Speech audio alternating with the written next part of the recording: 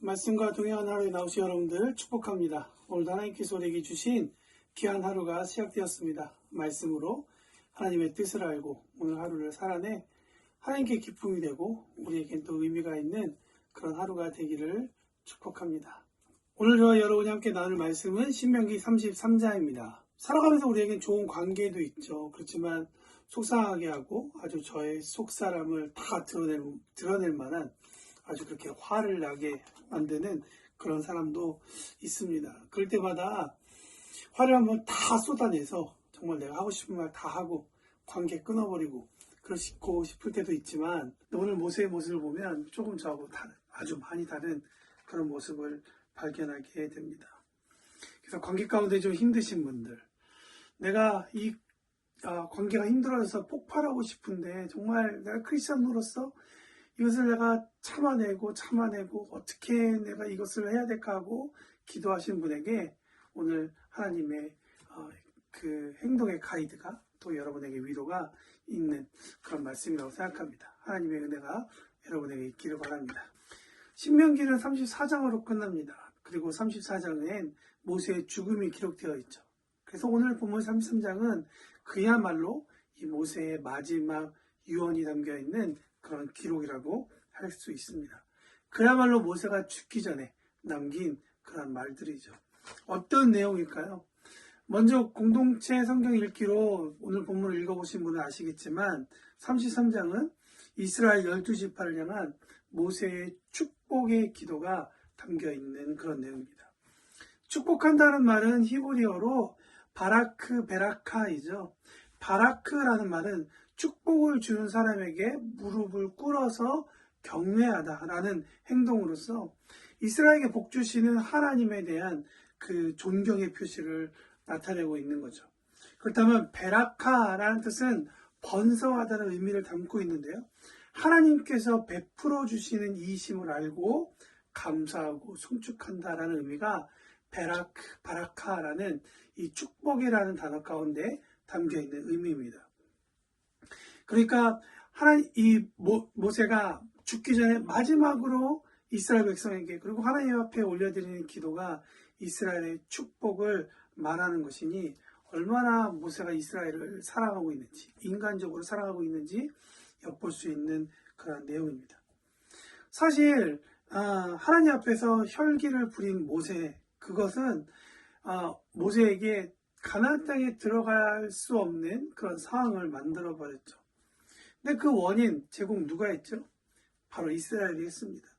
물이 부족하다고 하나님을 원망하고 자신에게 원망하던 이스라엘 때문에 모세는 완전히 그들로 인해서 짜증나서 하나님께서 바위에 한 번만 지팡이로 내쳐라라는 것을 2번을 내리치다가 이러한 형벌을 받게 됩니다. 얼마나 모세가 가고 싶었던 땅이 가나안 땅이었습니까? 그러나 모세는 이 사건으로 인해서 가지 못하죠. 아마도 모세가 그때 일을 기억하고 이 마지막 말을 준비했다면 아마 짜증을 내고 불평하기 시작하면 이스라엘에게 축복이 아니라 저주를 퍼부어도 모자랐을 것 같습니다. 그 이스라엘은 할 말이 없었겠죠. 그러나 저들을 향한 모세의 마지막 행동은 1절에 기록하고 있는 것처럼 바로 축복합니다. 여기서 우리는 이 모세라는 사람의 그릇을 발견할 수 있습니다. 그 모세라는 사람의 그릇에 대해서 하나님께서 평가하시는 단어가 있는데요. 그건 뭐냐면 하나님의 사람 모세라는 것이죠. 하나님의 사람 모세라는 이 표현은 모세가 얼마나 위대했는지를 말해줄 뿐만 아니라 모세에 의해서 선포되는 축복이 전적으로 하나님으로부터 받아서 선포되는 것을 시사해주고 있는 것입니다. 그래서 하나님의 사람이라는 뜻은 구약시대에 하나님의 뜻에 따라 특별히 하나님의 사자로 고용된 사람들을 많이 지칭합니다. 근데 이것이 신약에 넘어오면서 이 칭호가 어떤 특정한 사람을 가리키는 것이 아니라 그리스도를 믿음으로 말미암아 그의 소유된 모든 성도를 가리키게 되었습니다. 여러분, 모세라고 왜 심적 갈등이 없었겠습니까?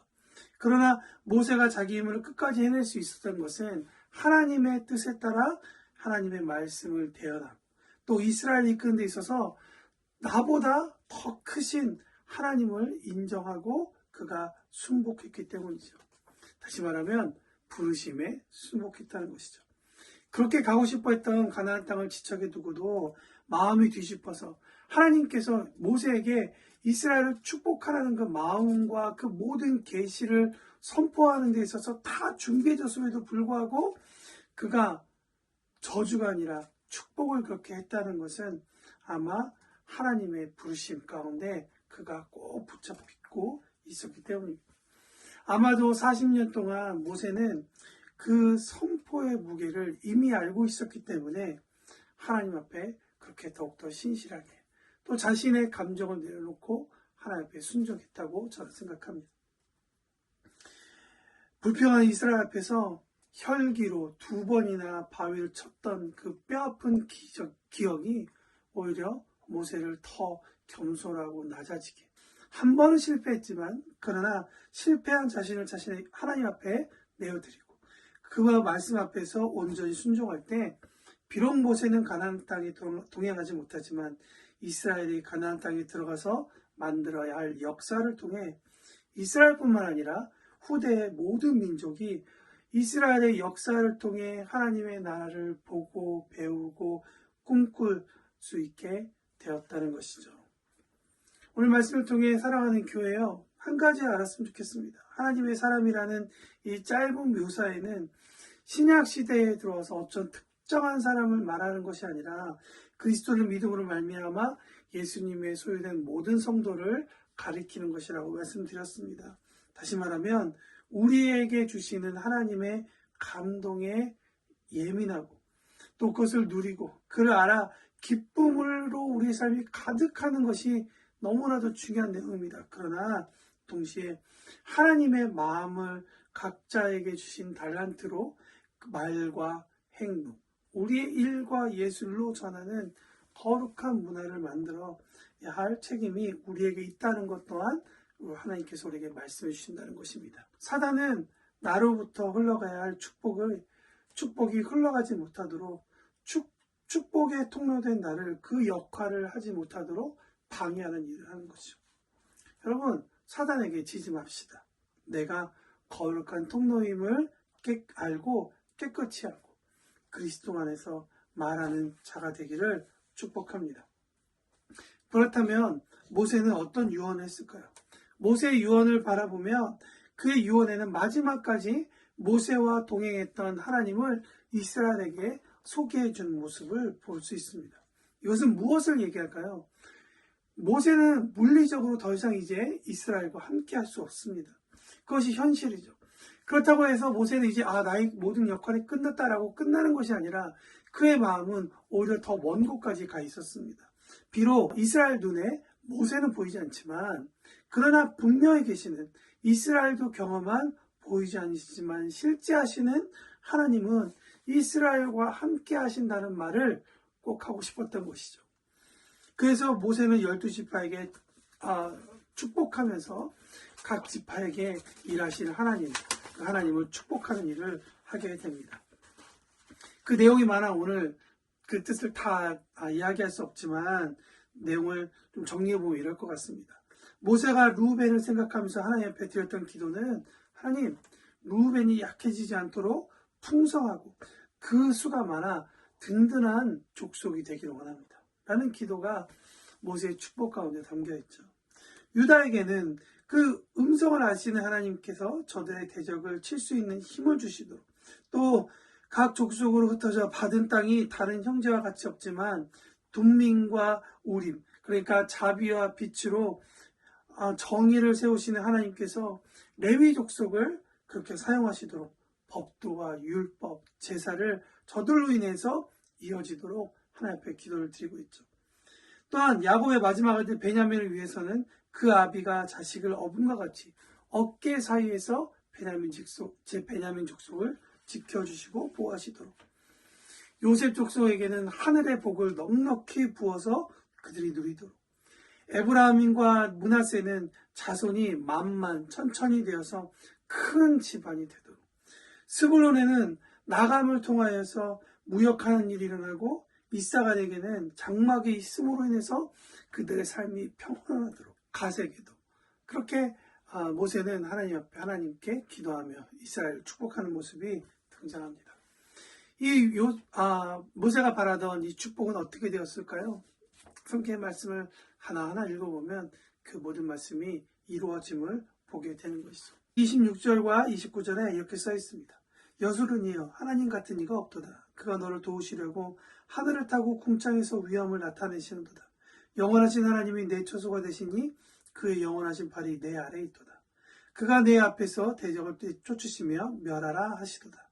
이스라엘이 안전히 거하며 야곱의 샘은 곡식과 새 포도주의 땅에 홀로 있나니 곧 그의 하늘이 이슬을 내리는 곳에로다. 이스라엘이여 너는 행복한 사람이로다. 여호와의 구원을 너같이 얻은 백성이 누구냐? 그는 너를 돕는 방패시요 내 영광의 칼이시로다. 내 대적이 내게 복종하리니 내가 그들의 높은 곳을 밟으리로다. 이야기하고 있습니다. 여러분, 가나안 땅 앞에서 이스라엘 백성들 너무 두려워했겠죠. 게다가 40년 동안 인도하던 리더십이 없어지고 새로운 젊은 리더십이 세워지게 됩니다. 너무나도 두려운, 새 땅에 들어가지만 두려운 마음이 있었을 것입니다. 그때 모세는 이스라엘 백성에게 이야기합니다. 여수른이요. 여러분, 여수른이라는 말은 승리자로서의 이스라엘을 부르는 말입니다. 하나님 같은 이가 없다. 너를 도우시려고 하늘을 타고 궁창에서 위엄을 나타내신다. 대적은 멸하시고 안전히 너희를 거하게 하실 것이다. 너를 돕는 방패이시고 내 영광의 칼이시다. 끝까지 모세는 이스라엘을 격려합니다. 그리고 하나님을, 그들과 영원히 함께 하실 하나님을 소개하는 것이죠. 고린도후서 2장 14절에서 17절에 이런 말씀이 있습니다.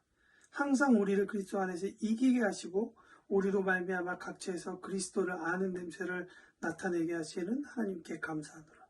우리는 구원받을 자들에게나 망하는 자들에게나 하나님 앞에서 그리스도의 향기니 이 사람에게는 사망으로부터 사망에 이르는 냄새요 저 사람에게는 생명으로부터 생명에 이르는 냄새라. 누가 이 일을 감당하리요? 우리는 수많은 사람들처럼 하나님의 말씀을 혼잡하게 하지 아니하고 곧 순전함으로 하나님께 받은 것 같이 하나님 앞에서와 그리스도 안에서 말하노라.